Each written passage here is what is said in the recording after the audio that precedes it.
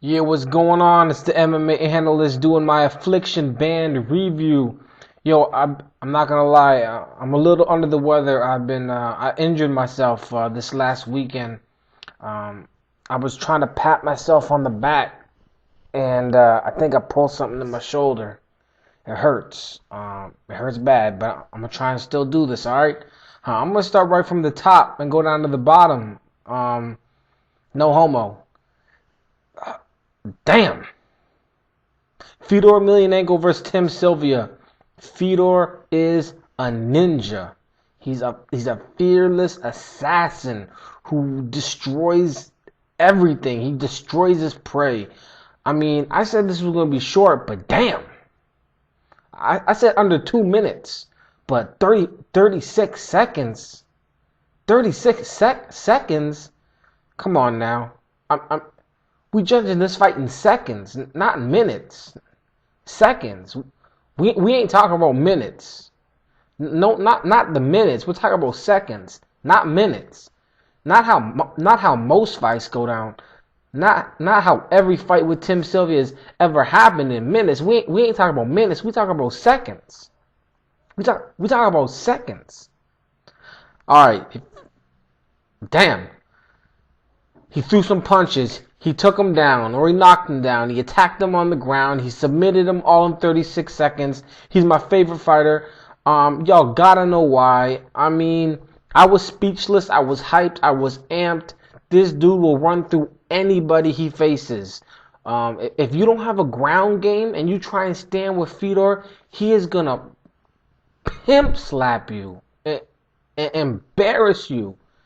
He took care of Tim Sylvia faster than he took care of Hongman Choi in only like 10 seconds more than he took care of Zulu Zinho. These were dudes that were supposed to be like no contest, and he was not even supposed to be fighting these guys.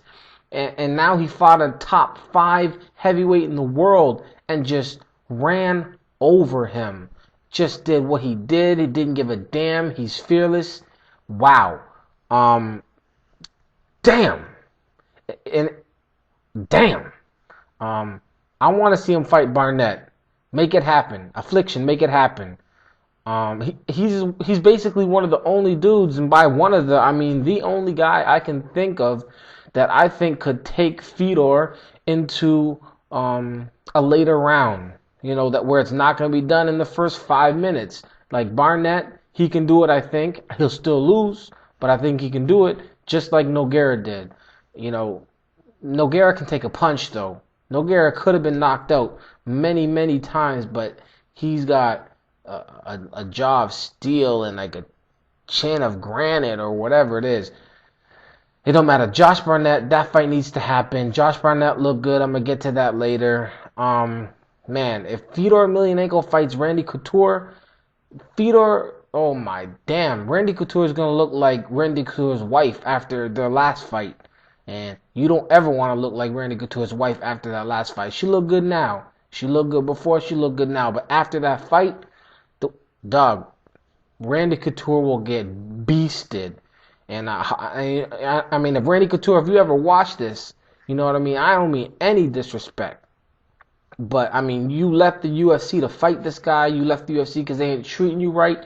Cool. But when he fights you and when he does nastiness, don't get upset with him and don't get upset with me for predicting what I'm predicting, because Randy Couture and Fedor Emelianenko, that's a fight I want to see, but it's gonna be a nasty beatdown, and no shame after it happens. Anyways, look, what should Tim Sylvia do? I mean, dude is always who he was, and he still is a top fighter. Put him up against Alexander Emelianenko or something. Put him up against a pissed off Andrei Arlovsky. Arlovsky's looking like the old Arlovsky. He's looking good. Put him up against Arlovsky. Tim Sylvia's got Arlovsky's ex-girlfriend now. Arlovsky was like, how's my pee-pee taste? Like, I don't know. Arlovsky's mad. And he looked like an angry fighter. And he looked good. Make it happen. Tim Sylvia versus Alexander Emelianenko, that's what I want to see first. But if that can't happen, put the rematch in there. Put the pissed off rematch in there. Damn. Recap.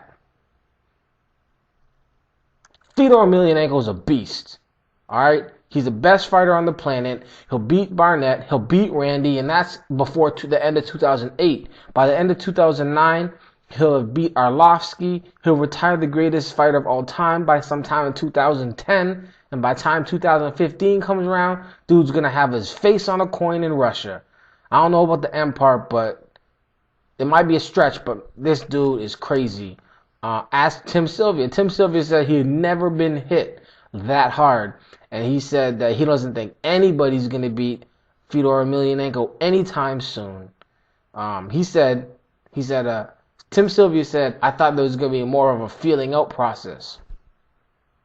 A feeling out process, dog. What footage have you been watching? He don't feel anybody out. He might feel him out, but he don't feel him out. Nah, dog. Quick thing. Did you see Fedor's face when he tapped dude out? He tapped him out, and Fedor was like, he didn't, nothing. Just, you would have thought he was sleeping. The dude is a beast. And Randy Couture, when he was in that cage, when he was in that ring, standing opposite side, kind of chilling, he was arms crossed. Dude was defensive. Dude looked scared. I gotta just move the hell on, man. Fedor is number one. All the haters, don't hate. You know what I mean? You're watching history. You can't do nothing about some things. You just gotta sit back and watch history. You can be a fan or you can be against it, but you can't do anything about it. Fedor is number one. Moving the hell on. Andrei Arlovsky versus Ben Rothwell. Rothwell came to fight. Just like I said, Arlovsky fought back, just like I said. This was a ferocious old Arlovsky that KO'd dudes. This was not the Arlovsky from the last three fights. This is the old Arlovsky, the beat you down, the knock you out Arlovsky. It was great to see him back. I thought this would have been a round two KO, but you know what I mean? He went for that dumbass heel hook and gave up great position, gave Rothwell time to clear his head, gave him time to inflict some of his own damage. Don't ever do that again. When you got somebody hurt, don't ever go for a heel hook. A heel hook? Come on, man. Go for a jaw hook. Don't go for a heel hook. You know what I mean? Go for a right hook or a left hook. But don't go for a heel hook. That was dumb. Don't ever do that again, Arlovsky. If you got a guy hurt, finish that fight. Anyways, it ended up being third round KO. Andre won this. Great fight. If Andrei Arlovsky ain't fighting Tim, and if Alexander Emelianenko ain't fighting Tim, I want Andrei Arlovsky to fight Alexander Emelianenko. That would be an awesome fight. Basically, Alexander Emelianenko's next two fights need to be either Arlovsky and then Tim, or Tim then Arlovsky. Affliction, make it happen. As for Rothwell, I mean, put him against Buentello. I mean, you know, that should be a good match. You know what I mean? Rothwell's a good fighter. He lost to Arlovsky. No shame in that. It was a good fight. Good job, band. Affliction band, y'all handled your business with these two. And it really didn't stop. Next up, you had Barnett versus Rizzo. I was scared watching this. I ain't gonna lie. I was one of the dudes who figured that Barnett was gonna have to take this to the ground in order to win. You know what I mean? And the babyface assassin, he kept trying, and Rizzo stuffed that every time. He threw a few punches and then tried to take him down, and Rizzo was like, "Get off me, little boy. Get off me, little boy. I already knocked you out. Don't try and take me down. I already knocked you out." And damn, Barnett went to plan B, which was top 5 KO of the year. He came through with a sick left hook. It was a great win. Barnett looked good. You know, Rizzo did too. I mean, he's been through a lot of wars, and he did not look out of place against a top 5 heavyweight in the world. But again, awesome job for Josh Barnett, reversing the bad fortune, the misfortune he did 7 years ago. He avenged the loss. I had Barnett winning this by a tough decision, But nah, man, nope. Barnett won via King Kong KO. I'm telling you, it's gonna be hard to get a knockout that smooth for the rest of this year. Great KO. What's next? Rizzo? I don't know, man. Put Rizzo against Goodrich. That'll be a fight where someone's getting KO'd. And Barnett, I think Barnett needs to fight Fedor, like I said. That's the fight I want to see next. I want to see the best fighter in the world versus the guy who has the best chance at challenging the best fighter in the world. And that guy, I think, is Josh Barnett. Randy's not going to be ready until December regardless. So, Affliction, make it happen. All right. Let's see who else we got. I'm just going to go randomly now. Mike Pyle versus Ambrosi. I had Mike Pyle winning this by first round submission after some ground and pound. And I'm going to read Sherdog's play-by-play. It went like this. Pyle in total control, peppering Ambrose with punches before securing the rear naked choke at 2:51 of the first round. Holla. Yeah, exactly what I said was going to happen. Mike Pyle, he looked good. He was a better fighter. It was evident. And what's next? I say Ambrosi, sorry, man, back to the little leagues. You gave it your best. The better fighter won. As for Pyle, give him somebody harder. Test him. I want to see where he stands in the division. Not another warm-up fight. It is what it is. All right, let me jump down to Belfort versus Terry Martin. Terry Martin ain't the dude. All right, it's time to think about what's important in life. I mean, you can't keep taking knees to the face after sloppy takedown attempts. All right, dude got laid out. I called first round KO for Vitor Belfort. It was in the second round. Hey, whatever. Nice KO. What's next? I don't know. Word on the street is that Terry was going to try some boxing, and I say, why not? They can't knee you in boxing. They cannot knee you in boxing. But for real, I mean, dude's trying to be a professional fighter. And you can't work off the love handles, dude? Come on now. I say what's next for Terry Martin is a dietitian. You know what I mean? Get that together. As for Vitor, more tough competition. Give him somebody else. Let's see where else he stands. We know he can run over Terry Martin, so that's good news. Now let's see what else he's gonna do. He's on a 3-fight winning streak. He looked good. He looked in shape. He looked ferocious. He handled his business. You know what I mean? Keep moving forward, Vitor Belfort. All right, Nogueira versus Deweese. Another first round destruction, really. Nogueira looked like a boxer with Muay Thai clinch and knees. To be honest, it was a good fight. I mean, I really have a problem. I don't have a problem with people trash talking, but I have a problem with people trash talking when they know damn well what they're talking and it don't make any sense. I mean, Deweese was talking all types of stuff, but what he was gonna do, how he felt sorry for Nogueira, and I'm gonna do this. Come on, dog. Be real. Be real with yourself. Be real with me. Be real with MMA people. Be real with your family and your trainers. I mean, you're going to try your hardest to beat a better fighter. And maybe it's going to happen. I mean, I know you can't say all that, but don't say, I'm going to do this, I'm going to do that, blah, blah, blah, blah. Quit that, man. Quit it. All right? Don't lie to every damn buddy. I said that this would be a beatdown and a submission. It ended up being a beatdown and then a beatdown and a TKO by beatdown. It was a good showing. Nogueira looked good. What's next? Nogueira needs to fight tougher 205s. He's probably the best 205 guy in the world that isn't in the UFC.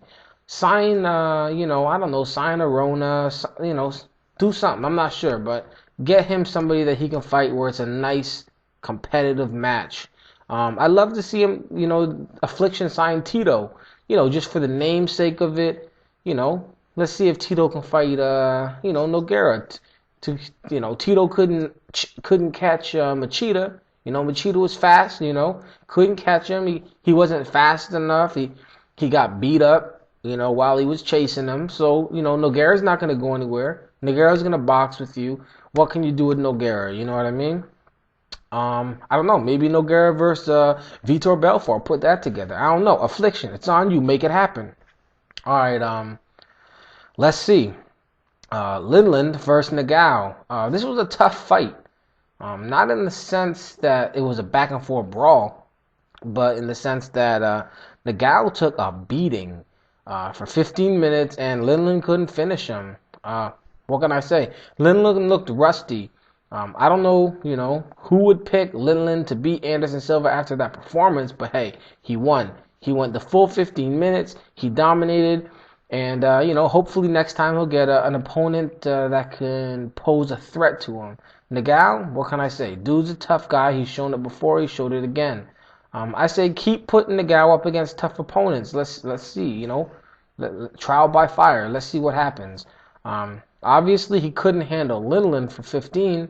I mean, he could hang with them, but, he wasn't really going to ever do anything to Linland for that. So, give him somebody that he can do some damage to, somebody that he might have more of a chance against, and step the competition up for Linland. Linland came in, he took him down, he boxed him, he wrestled him, he nullified his jiu-jitsu. I said that Linland was going to win this by dominating, unanimous decision, and that's exactly what happened. I was talking about that shoulder. You know what I mean? I pretty much called half these fights exactly the way, but, I'm not trying to pat myself anymore. It hurts, you know what I mean? And plus, my UFC picks didn't go as well as I hoped. So, hey, you know what I mean? Whatever. Not that bad of a fight. Keep moving forward. Give them some tough competitions again, each of them. And, banned Affliction, make it happen. Next time around, it's not gonna be banned, but we're gonna get the ban, by the way, later. Speaking of bans, you know what I mean. We're gonna get to that later. All right, moving on. Sobral versus Whitehead. All right, Sobral came to fight. He had a game plan. He implemented his game plan, and he really he controlled the fight the entire time. Whitehead, he didn't look that bad, but he didn't look that good. Basically, Sobral's corner after round 2 was like, yo, stop playing with this dude. And, they must have known he was actually playing with Whitehead, because he came out in the 3rd round after 10 minutes of fighting and fought like it was the 1st round and was just playing around the whole time. I don't know what that was all about. I picked Whitehead by a close decision, and a lot of people were wondering, well, why would you even pick decision with these two guys fighting each other? So, hey, take a win with a loss, you know what I mean? I picked decision, but I didn't pick the right dude, so I got this one wrong. This is the only one out of the whole night that I actually got wrong. I went 8 for 9 because the Buentello-Goodrich fight wasn't on, and then the Lazama-Levens fight didn't happen. We're going to talk about that also in a minute. Sobral looked good, and he looked good against somebody that looked much bigger. Whitehead looked like a heavyweight. Damn. What's next? More tough competition for Sobral. And Whitehead, find him another good opponent. Losing to, Babalu is not anything to be ashamed of. Now, the thing is, the majority, and by the majority, I mean the vast majority, and by vast majority, I mean basically all the top 205 guys are in the UFC. So, I don't really know who they can, put these guys up against, but find somebody, get it done. It's going to be tough. All the tough dudes, the top dudes are all in the UFC at the 205. Who knows? Maybe Rampage won't be. Yikes. Yikes, that's tough. Anyways, pretty good fight. It wasn't the best. It wasn't the worst. Sobral looked good, though. All right. Buentello versus Gary Goodrich. Man, for real? How are you going to, not know somebody isn't fit to fight only the day before?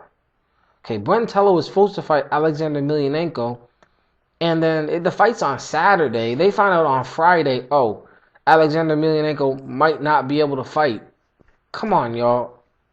Damn.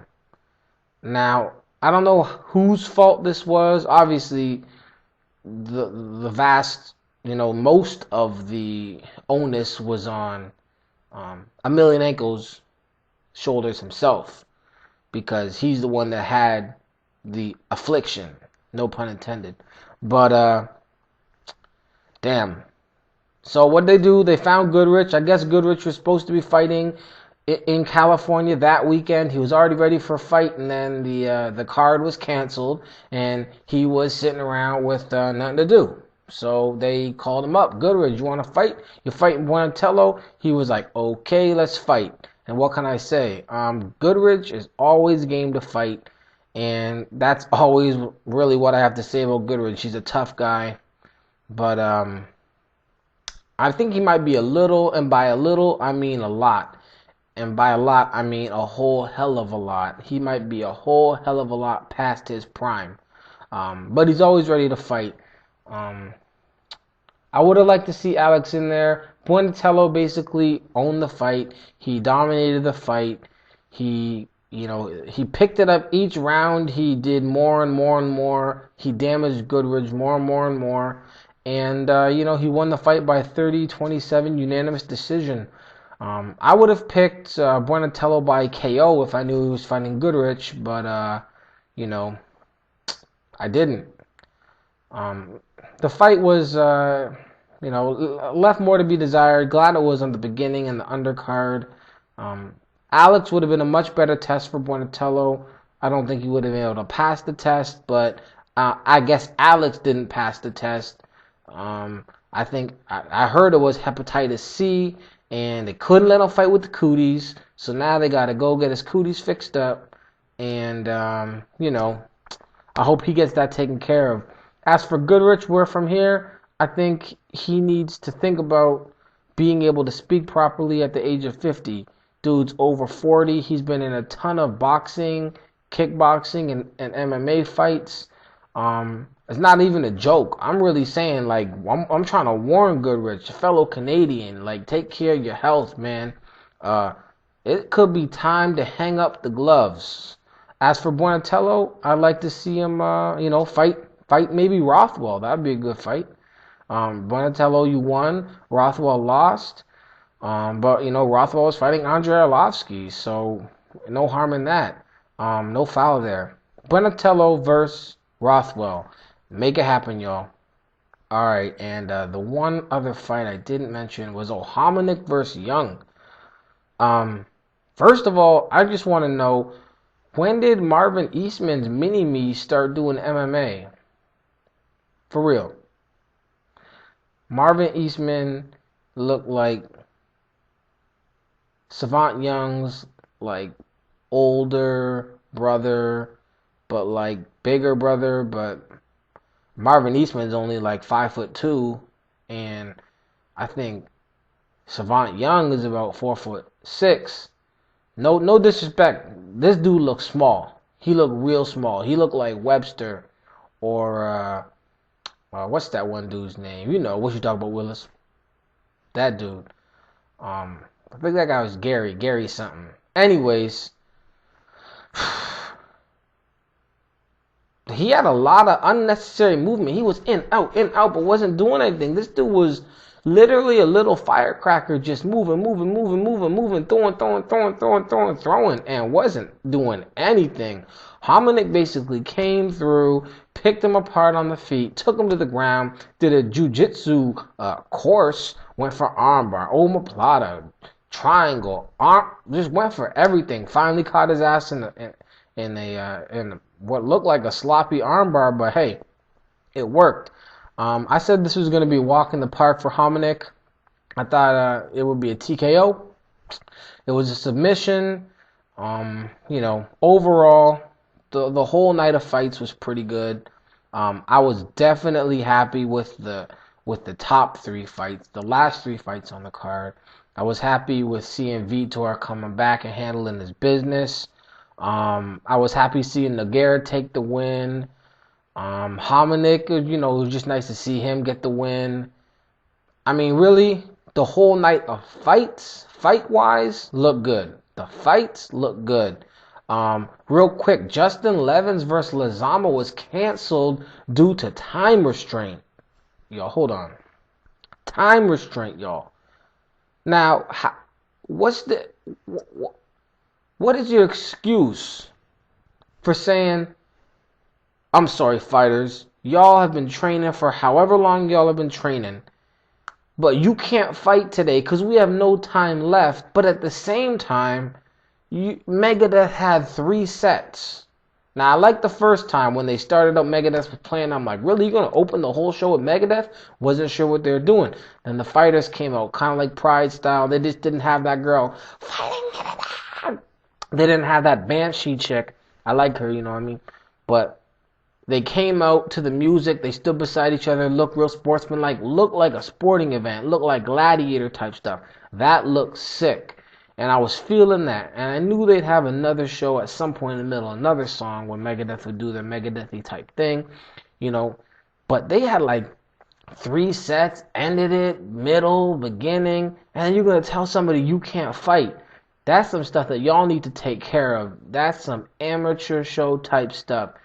You don't tell people, you know, I'm sorry, Matt Damon couldn't be here. We ran out of time. That's like some joke Jimmy Kimmel type stuff. You can't do that to fighters who are training. You know, I'll presume they're giving their all, and y'all are just going to dog them like that. That's not cool. I didn't even really care about that fight, but to treat fighters like that at the same time, I see you're paying guys $1.5 million, you're paying guys $800,000. You're giving people what they're looking for. You're respecting fighters, but then you do that. I'm not really feeling that right there. I mean, did we really need to hear, you know, 4 Megadeth songs? Do we really need to hear their whole album? I don't think we need to hear all that. You know, 1, cool. 2, cool. 3, all right, guys. Let's think about this now. Anyways, what else? It looked a lot like Bodog. Pretty much the production, when I'm talking about camera, I'm talking about sound, I'm talking about the commentary, it wasn't where it needed to be. If they didn't have some crazy talent on this card, like if they had, for example, the CBS first card, but you know, on this Affliction, if Affliction Band had the fights from CBS, Elite XC on CBS, Affliction would have been one and done. One and done. Thank God they didn't. Thank God they had Fedor coming through with the 36-second beatdown. Thank God they had Arlovsky, former heavyweight champion, coming through with the beatdown. Thank God they had Josh Barnett, former heavyweight champion, come through with the beatdown. Thank God they had Vitor Belfort. You know, thank God they had a talented card. Because it made up, for me, it made up for the very, very, very poor visual and audio. I'm watching, I'm flicking back and forth. I'm flicking back. That's what I did. I went, okay, the Affliction card, they're in the middle of fights. Switch, let's see what's on. Why was the volume so much louder with the UFC? Why when I was watching Affliction, where's the noise? Where's, you know, why aren't they talking about the fighters? Where's the crowd? Why was everything so quiet? Why did they have blackouts, you know, right before, I think it was Arlovsky's fight? Why do they have blackouts? Why at the beginning were they doing a run-through practice run, you know, but they're not knowing that it's actually not a practice, that they're actually live. Like, get those kinks out. Fix that stuff. Y'all are spending like $7 million on this show, like 4 times as much as the UFC spends on their shows, and y'all are messing up like that. Please fix that before the next time, because if you can fix that, then you guys will have what I will consider to be the best presented MMA on this side of the ocean. You know what I mean? And when it comes to heavyweights, y'all got the best heavyweights, and you know, figure out the rest. But overall, the Affliction card, to me, I was feeling it. I think they need to maybe look at what Pride did, look at what Dream's doing right now. Dream's got a crazy looking event. And I'm not saying make it look like the Super Bowl, because that's basically what those Japanese organizations do. They make every fight look like it's New Year's Eve. Like, damn, is it New Year's Eve again? We had 5 New Year's Eves tonight, or 5 New Year's Eves. I don't know really what's going on with that. But anyways, I paid for mine. I had some buddies. They were like, yo, man, we're going to come over. I was like, no, you can't come in. Lock the door. Go buy your own. I want this to do well. I want the pay-per-view buys to be high. We'll see what happened with that. Overall, I love what they did. I think they kicked off Affliction Fights with a bang. Again, as for the UFC that night, I'm going to put up my reviews for that later. And yeah, man, it's the MMA Analyst, and y'all know what happens next. MMA is important, y'all. All right? It's important. Peace.